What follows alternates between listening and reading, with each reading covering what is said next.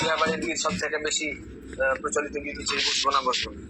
চেষ্টা করছি সারা গাহার লাইন দুবার করে গাহাবো।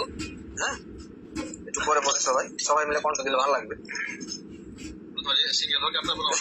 আচ্ছা ঠিক আছে। বসবো না বসবো না